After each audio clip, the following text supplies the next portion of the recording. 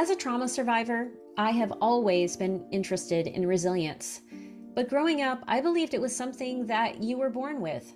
Then in graduate school, I learned that it was a quality that we all possess and a set of skills we can all strengthen. Most of my resilience has come from writing and seeing myself in new ways by confronting the stories I've always told myself. The more I did that, the stronger I became, and I've dedicated my life to helping others do this work. This podcast is for anyone who wants to understand their story and how to revise it, because when we do that work, we change the world.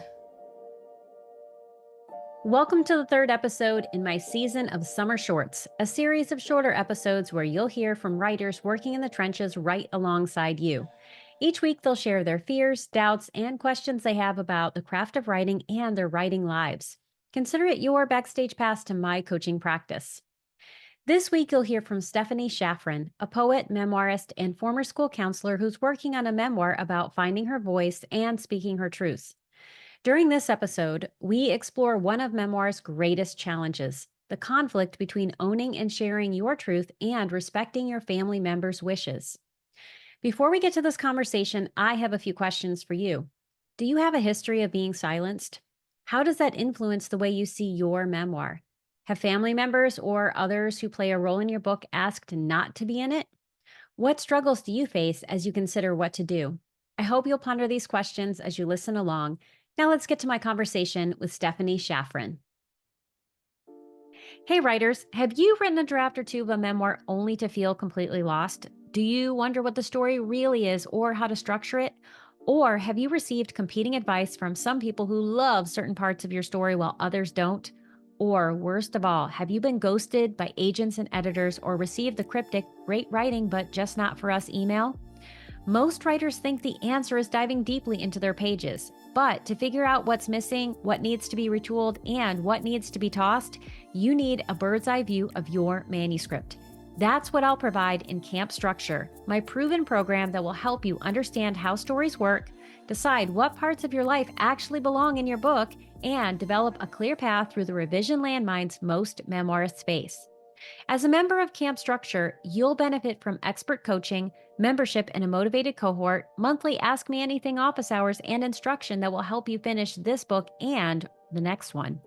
So if you want to feel confident about the story you're telling, clarity around how to write it, and the focus needed to get the job done, sign up for Camp Structure by clicking on the link in the show notes. Camp begins on Tuesday, September 10th, which will be here before you know it, so be sure to grab your spot. Well, hello, Stephanie. Welcome to the Writing Your Resilience podcast. I am so happy to have you on because you're one of my newsletter followers, and we have had many conversations and correspondences through email, so it's great to see your face. Thank you so much. The same to you. I am a huge fan of yours. Yes, I subscribe to your newsletter. I also listen to your podcast faithfully. And I take your Jane Friedman workshops. In fact, this weekend I am doing the beat sheets. Oh, wonderful. Workshop that I took a long time ago. Haven't gotten to that yet, but I just finished the Saving the Cat book, and now I'm going to get to it. Well, that's the great thing about Jane's courses. I mean, there is always a time limit of how long she keeps things out, but what's great is that you have that recording, and so you can do exactly what you did, which is read the book, get grounded in the material, and then digest what I share so that you have a context. That's always a great way to do it. So I'm so glad. And thank you so much for all of your support. That means so much to me. Today, you are here to ask one of, I think, the most important and difficult questions that memoirists face. So before we get to that question, tell us a little about you as a writer and your project. Okay, I live in Northampton, Massachusetts, which is a very vibrant writers and artists community. I have been writing memoir essays for the past decade, I would say. Before that, I expressed myself through poetry. Nice. And in fact, in the spring of 2020, just as COVID hit the borders of our country and my town, I self-published a collection of those poems in a chapbook called Awakening. Yes. And I happen to have a copy. So you're working on a memoir. What would you like us to know about your project? And know that some people like to hold it close to the vest and they don't want to say a whole lot. And some people are like, let me tell you the elevator pitch. So where are you with this? Okay, well, I'm not going to give you the elevator pitch because I haven't practiced that, but I am in your words, the messy middle of the second Hmm. draft.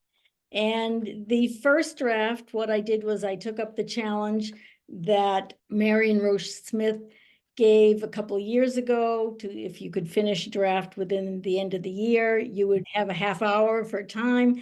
And I like challenges, so I took that up and I loved following her outline. It made a lot of sense to me. And by the time I got done with that draft, I realized that I was not the main character. Mm.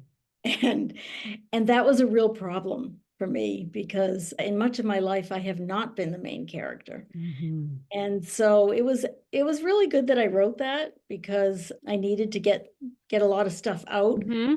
but it's a different memoir now. I am the main character and certain things happen in my orbit and I have some huge life changes and I'm not done yet. So it's hard. It's hard work. I Oh, will not, yeah. very slow going. I'm in a memoir group, so fortunately I have deadlines. Good. And that keeps me honest, but it's tough material to write. And I don't know if you want me to talk a little bit about that. I think we're going to get into it a little as we talk about your question.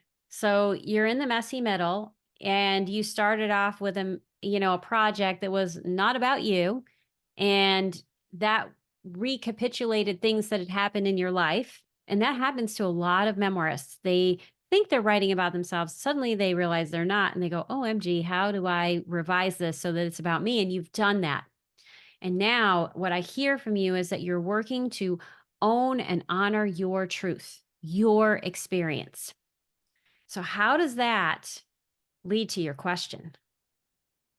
Well, it leads to my question because as a trauma survivor, my father committed suicide when I was almost 11 years old. Mm, And for a variety of reasons, I was not allowed to grieve him, not allowed to go to the funeral. I was not mm, involved in his funeral burial services. My mother was intent on annihilating his memory from the family as mhm, her way of surviving. And I didn't realize this until I went into therapy right after I retired in 2017. And it was really through a couple of EMDR sessions that I discovered that because I was the last person to speak to him on the phone that very afternoon, mm. I, in my child's mind, interpreted that I was to blame Yeah. because my mother left me out and she did not call me to her side to comfort me. I was left on my own. And I just, made this connection. And that sense of blame and that sense of worthlessness carried through decades and decades and decades of my life. Well, I want to first express my condolences for the loss of your father. And as a fellow survivor of suicide loss, I know how complex that pain is. And suicide loss often leads to disenfranchised grief. So, for if you're listening and you don't know what that is, disenfranchised grief is grief that is not acknowledged or is not given enough due. And there's so much shame and stigma around suicide just as a general principle and or an experience. And I would imagine, my brother died in 1997 and that's way better than it was, in the 80s or the 70s. So I can only imagine how challenging that was when your father died. And then you had the double disenfranchisement of society is not honoring this. Society puts so much shame around it. And then I'm sure your mother had her reasons why she responded the way she did in order to survive. But the reality is, the way she responded disenfranchised your grief even more, which led to these different stories that you told yourself, which makes total sense to me how you would get there because suicide in general causes that guilt, and we have that survivor's guilt of what could I have done? What did I miss? Everybody has that. But when you're the last person to talk to them and you're shut out, that compounds things. So you are trying to tell a really powerful story, and you're giving voice to something that has had no voice for a very long time. And you emailed me a really powerful question. Do you want to share it now? Absolutely. How to reconcile my need for transparency with other family members' competing requests for privacy related to certain chapters of my life story that also include them. Mm. So, when family members want privacy, Yeah. we want to honor it in this conversation as much as we can, but I think I'm going to need a little context. So, while honoring their privacy as much as you can, what are the obstacles you're facing? Like, if big picture concerns that people are facing are saying, like, don't publish this or don't put me in because of X. What's the X? Well, the X is I have 3 daughters, okay? Mm-hmm. And my daughters, I think they don't want to know me as a writer. Mm. And they certainly don't want to read my writing. They've made that very clear. And that's very complicated. And Mm-hmm. there is a history of being silenced that I, Mm-hmm. my whole life, frankly. My mother silenced me for her own needs. And then I was in a 30-year marriage where I was silenced Mm. and a lot of gaslighting. And it was only through writing that I found my voice. I was absolutely drowning, um, Mm-hmm. psychologically and emotionally and physically. And through my writing in community with women, I did discover a voice. And that led to a lot of self-examination and self-reckoning. And with the help of some tremendous women, discovering so much because I lived much of my life, I lived in a dissociative state of Mm-hmm. mind. That was really my coping strategy. Yeah. And that is a common coping strategy, especially when someone has experienced childhood trauma and they have been put in situations where they have to suppress their emotions. That's one of the ways that we can respond to trauma, dissociation. And so, what I'm hearing from you is that the people who are resistant to this are daughters, your daughters. Is that the main concern, or are there other people in the family who may show up in the story? Well, certainly the other person who's going to show up in the story is their father. Mm. And he's still very much involved in their lives Mhm. and in our grandchildren's lives. Mhm. So what I've told myself in order to go on writing this story, because I do understand that I need to write it and that I have a Mhm. right to write it and that it's very redemptive to write it. So what I have told myself to really give myself permission to do that under these constraints is, oh, I won't publish it. Yeah. Oh, if I put that aside and just, I'm not going to publish this. Maybe I'll publish chapters. I have published memoir essays, Mhm. not directly from the memoir, but certainly related to the content of the memoir. And so I've given myself permission to, not publish it. But again, coming from a history of being silenced, I feel uncomfortable about that. Mhm. Uh, I have, in some ways I have a right to my own truth, but I don't want to hurt, I love these daughters. Sure. Well, I don't want to hurt them any more than they've already been hurt. So it leaves me Yeah. in a between a rock and a hard place, really. Yeah, and I think you're bringing up some great points for us to wrestle with that show up a lot in memoir. How do we own our truths and feel like we can express ourselves while also being respectful of other people's experiences who may or may not want to be a part of our story? And when we're writing in the messy middle, there's this fulcrum point.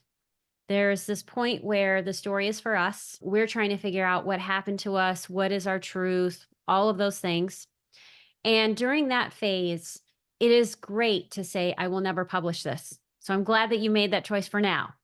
Because when we are thinking about publishing a story, all of those people are on our shoulder and then we can't write. So it can stymie us. When you reach the fulcrum point, which is the point where you recognize that the story is now for the public, it is a different story and there are different things to consider. So, first, you've got to know your story. But once you do know your story and you know this is what happened to me and this is how I've made sense of it, the next question you have to ask is, how is this of service to my readers?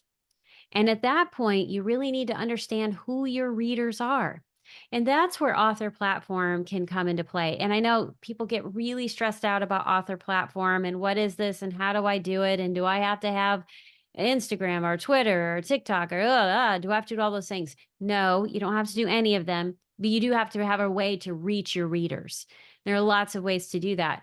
So you have to be really clear, who is this book for?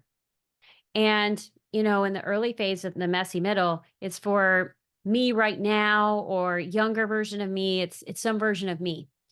But then, when you think about that next part, it's for someone else. And, you sit one person in the chair. So if you were to think about your book, and it's okay to say, I'm not there yet, Lisa, hold on. But if you do, who is your memoir for? It's really for women of all ages, of all social strata, of all intellectual strata, who have found themselves for one reason or another in a relationship where they are being gaslit. Okay. And it's existential because of one thing or another. In my case, I had a history of depression. And even though I didn't know it at the time, I had a history of guilt, Mm. thinking that I had been responsible for my father's suicide. Hmm. That was just a double whammy for me. Yeah. And I know, I was a teacher for half of my career. And then I went back to school to become an elementary school counselor. Hmm. Interesting, because I could have used one in Yeah. 1961 and I didn't have one. And I loved it. I loved working with children in any capacity, but particularly with children who are hurting. And I do have a sixth sense of compassion for people who are suffering. Hmm. I I just feel it and I offer myself. I do it, very naturally and it feels like a gift, not a burden. Hmm. Good. You've got some inklings of who your audience is. It's a little broad right now, which Yes. makes total sense because you're in the messy middle, right? So, what I want you to do over time, not right now, Yep. figure out your story. When you hit that fulcrum point and you're like, I know it's for them, I want you to get a little clearer about who your audience is. And you're going to do that by engaging with other people who have been gaslit and other women. So, we're going to say women who've been gaslit and maybe even women of a certain age, because this is what I can tell you about writing. And it's counterintuitive. The more specific you are about who your audience is, the broader your reach can be because you are speaking directly to a certain group. It's true. So someone I want you to start following online is Dr. Ramani Durbasula. She is a world-renowned expert on narcissism. You're nodding your head. Do you Well, know who? got the book, yes. Awesome. She is actually well, by the time this airs, she will have already been a guest on the podcast. Yeah. So, really, what I want you to do is follow her work and follow her on Instagram.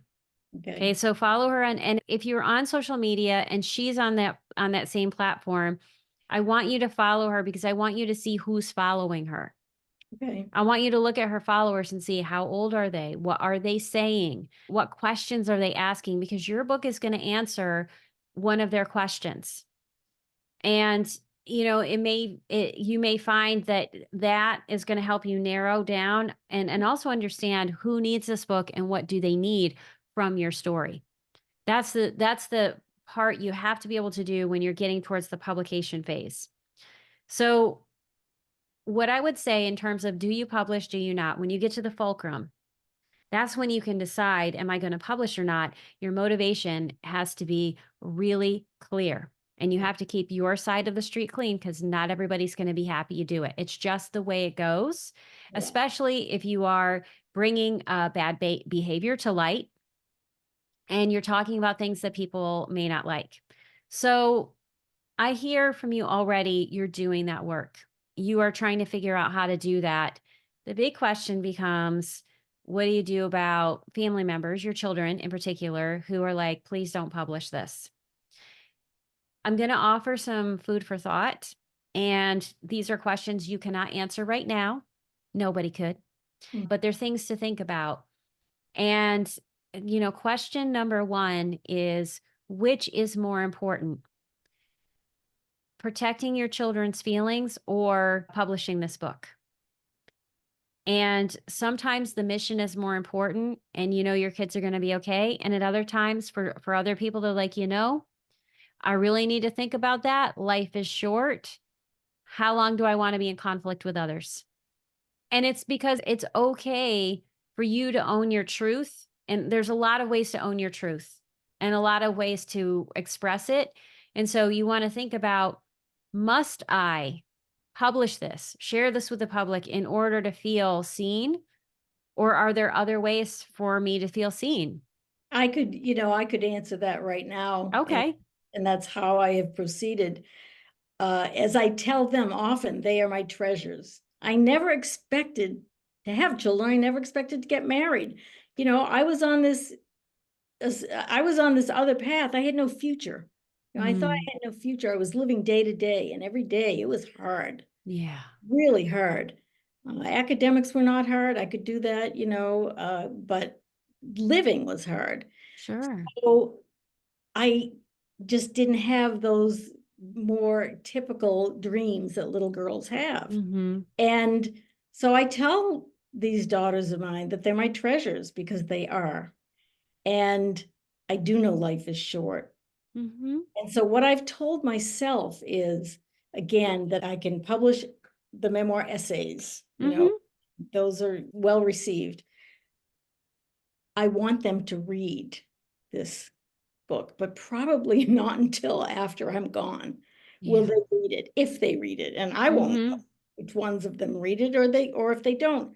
I think grandchildren will probably read it because they will be very curious. Mm-hmm. So that has sat okay with me. The Mm-hmm. important thing for me really is family because mine was just, so dysfunctional.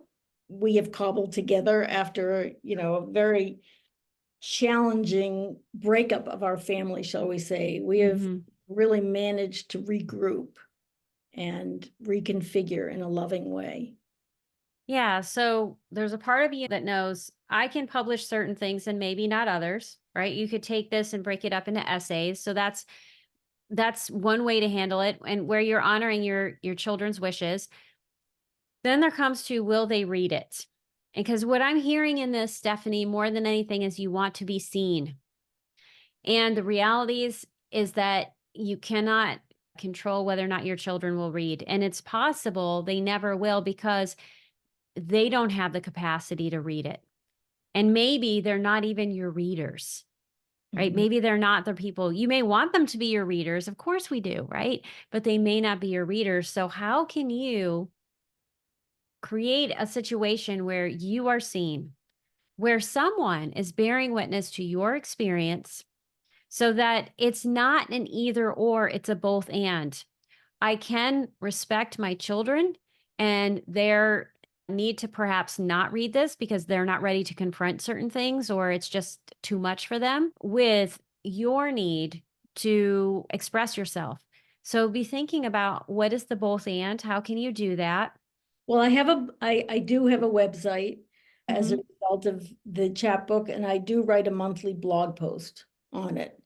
old-fashioned, I'm not on Substack, and I do write about certain, I write about a variety of topics, but Mm-hmm. sometimes I write about something that in those words has me seen. And Yeah. I have different groups that I know read my blog posts. Some of them I've sent to my daughters. I've sent the links. They have never, ever let me Mm-hmm. know that they've read it. Just no response. Yeah, and I think the most important thing for you is going to be to figure out how you can not tell yourself a bad story. Like, don't let this be a recreation of the past. And I think it could be easy for any writer. When you have silence, it's like, I don't matter. Or, you can tell yourself all kinds of stories, but figure out the story you want to tell yourself about the fact that it's just their choice. They're not my reader. Yeah, And that's okay. yeah. So there is so much we could say about this, but I am honoring the fact that these are my summer shorts. I want to keep them a little shorter. So I am going to ask you my lightning round questions. But first, I want to thank you for bringing this to the table. It's a rich topic. What is the best piece of writing advice you've received?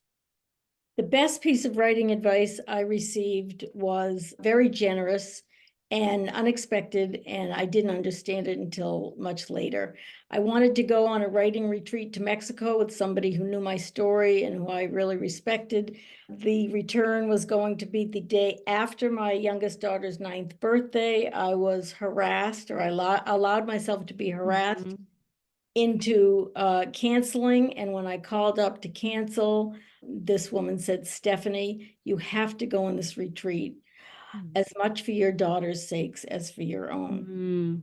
And she changed the flight schedule so that we would come back on my daughter's birthday. Wow. Came back to an empty house, however, but that was on that retreat is where I started to unpack my grief. I had never looked at it before. It was just, too scary. And that was the first time. And when I think about it now, it really did make such a huge difference in terms of my trajectory toward healing. I And love that. Sometimes the writing is not just for you. You sitting down to your writing desk is for everyone else, including your children. So, as you work in the messy middle, how are you nurturing your resilience?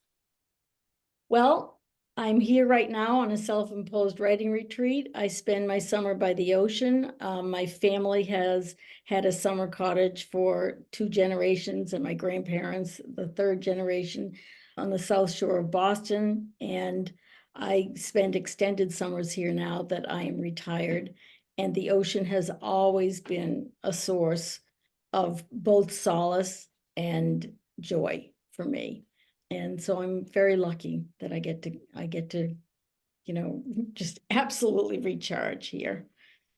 Well, you and I are soul sisters I know. on that because I love the ocean. It is I mean, I wish it was my second home, but it feels like home to me every time I'm there.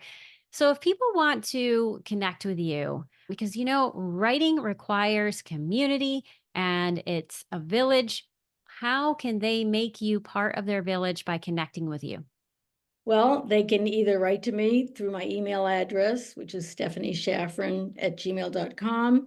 As I mentioned, I also have a website, stephanieshafran.com, where they can read about me. They can read my blog posts. They can contact me. Those are the 2 ways that I would say. I mean, I'm on Facebook and Instagram as well. Well, if you missed any of that, it will be in the show notes. And I Thank will you. make sure that I have all of those handles and your email address so I can put it in there. Thank And you. I just want to thank you for being on the podcast today and for all the ways that you are showing up for your writing. Because regardless of whether you publish or not, whether your children read it or not, you are doing the work that makes their lives better. So thank you for doing that. Thank you, Lisa. Thank you so much. I really appreciate this opportunity.